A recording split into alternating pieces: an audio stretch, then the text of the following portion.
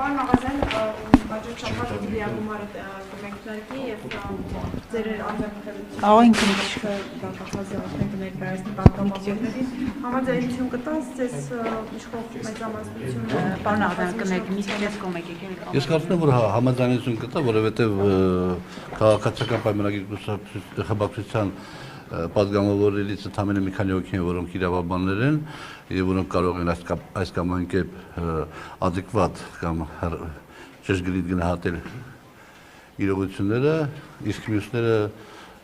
այդքան իրավաբանական գիտելիքներ չունեն եւ հետեւաբար պետք է հնարավորություն տան դատախազությանը եւ իրավաբան մյուս մարմիններին սկսելու գործընթաց պարզելու այն Ինչ է տեխնոլոգիա։ Դուք կարծում եք դա քաղաքական որոշում է, այսինքն չեք կարծում որ քաղաքական որոշումը արդեն կա։ Ես կարծում եմ դա քաղաքական որոշում է։ Իսկ պատճառը ո՞րն է, ինչու է նման որոշում հենց ձեր հետ կապված կայացվել, պարոն Աղազյան։ Ես դա կասեմ բանի ժամանակ, ազգային ժողովի նիստի ժամանակ։ Պարոն Աղազյան, Նիկոլ Փաշինյանը Փարանի ամբիոնից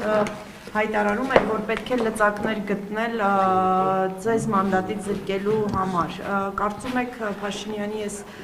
հայտարարությունը նաև դեր ունեցավ, որ դատախազ ամեն դեպքում այս գործով գա խորհրդարան։ Իսկ մանդատից զրկելու համար կա շատ Մանդատը չի, անձեռնմխելությունից զրկելու։ Ոչ,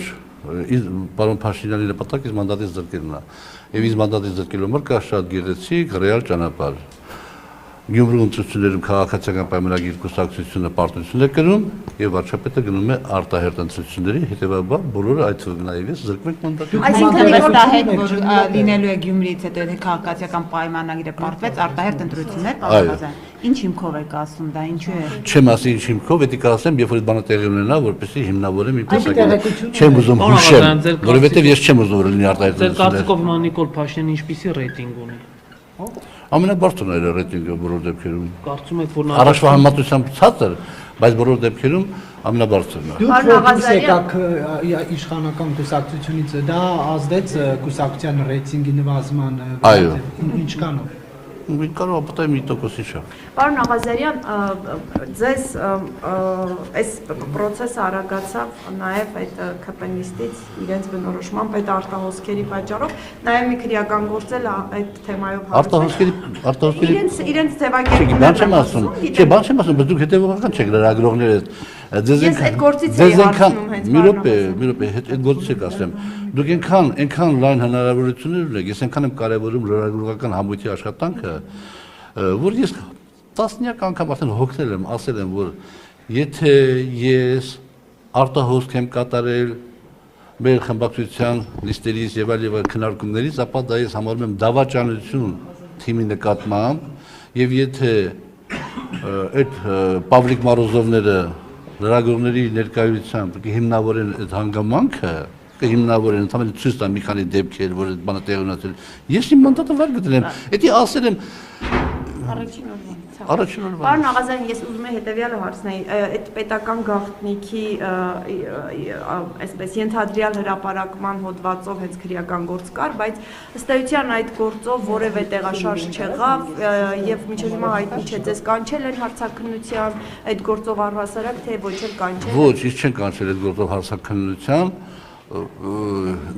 բնության մեջ չի կարող այդպիսի բան լինել, որովհետև ես ինքս պետական գաղտնիք չեմ տիրապետում,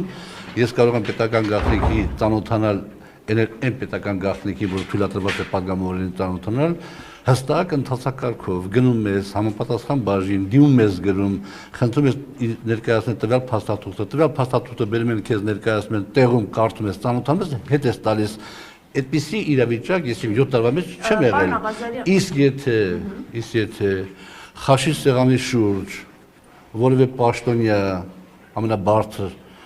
աստիճան պաշտոնյա, թեկուզ Նիկոլ Փաշինյանը, որևէ իր խոսքի մեջ որևէ բան է ասել, որը պարունակել է պետական գաղտնիք, ես էլ 4 ժամ հետո խորովածի սեղանի շուրջ եմ կիսվել իմ ընկերների հետ, կներեք դա։ Բայց եղել է նման նախադեպ, որ Նիկոլ Փաշինյանը ուտել խմելու ընթացքում ինչ-որ հույժ կա։ Քանի որ ես չեմ տիրապետում, որն համարվում պետական գաղտնիք կամ որը պետական գաղտնիք չի, հետեւաբար պետք է ասեմ, որ այդպես իրավիճակ չի։ Պարոն Աղազարյան, հիմա ձեզ քաղաքական հետապնդման են ենթարկում մանդատը։ Ոչ, իսկ քաղաքական հետապնդման չեն ենթարկում, ինձ ենթարկում են քաղաքական ճնշումների։ Ինչու՞։ Որ մանդատը վայր չդրեցիք։ Երկու նպատակով, որ ասենք մանդատը վայր չդրեցի եւ դա պարոն վարչապետը եւ քաղաքական թիմը գտնում է, որ դա իշխանության հեղինակությանը հարված է, եւ երկրորդ պատճառը, որպեսզի իմ նախկին գործընկերներից ոմանց սանձահարեն իմ հեռանկարի ակնկալիքով, որ մենք գիտենք ինչ գործընթացների մեջ են գտնվում այս պահին, որ այդ գործընթացները որոշ դեպքերում սահմանացնեն։ Այսինքն հնարավոր է կալանքի տեսակ չի, հնարավոր է մի օր էլ կալանքի միջնորդություն։ Եթե ես ինձ խելոք չպահեմ, չգնամ խուսափեմ գնալ այսպես կոչված ենթարկվել քննիչների օրինական պահանջներին, բնականաբար դրան կհասնի։ Չէ, քաղաքական առումով, չէ, քաղաքական դե ես չեմ կարծում քաղաքական առումով, որովհետև ասենք կալանքի վրա որպես բան, որ կալանքի վրա որպես ճնշում այդ արդյունքի հասնելու համար չի արվի։ Ես 65 տարեկան եմ եւ ես չեմ պատրաստվում իմ ապրած կյանքը, ասենք իմ ապրած կյանքի վրա խաչ քաշեմ։ Ես բաներ ունեմ ասելու, որ կասեմ ազգային ժողովի նիստի ժամանակ, որտեղ ասենք ակնհայտ կլինի, որ շատ բաներ ծիծաղելի են։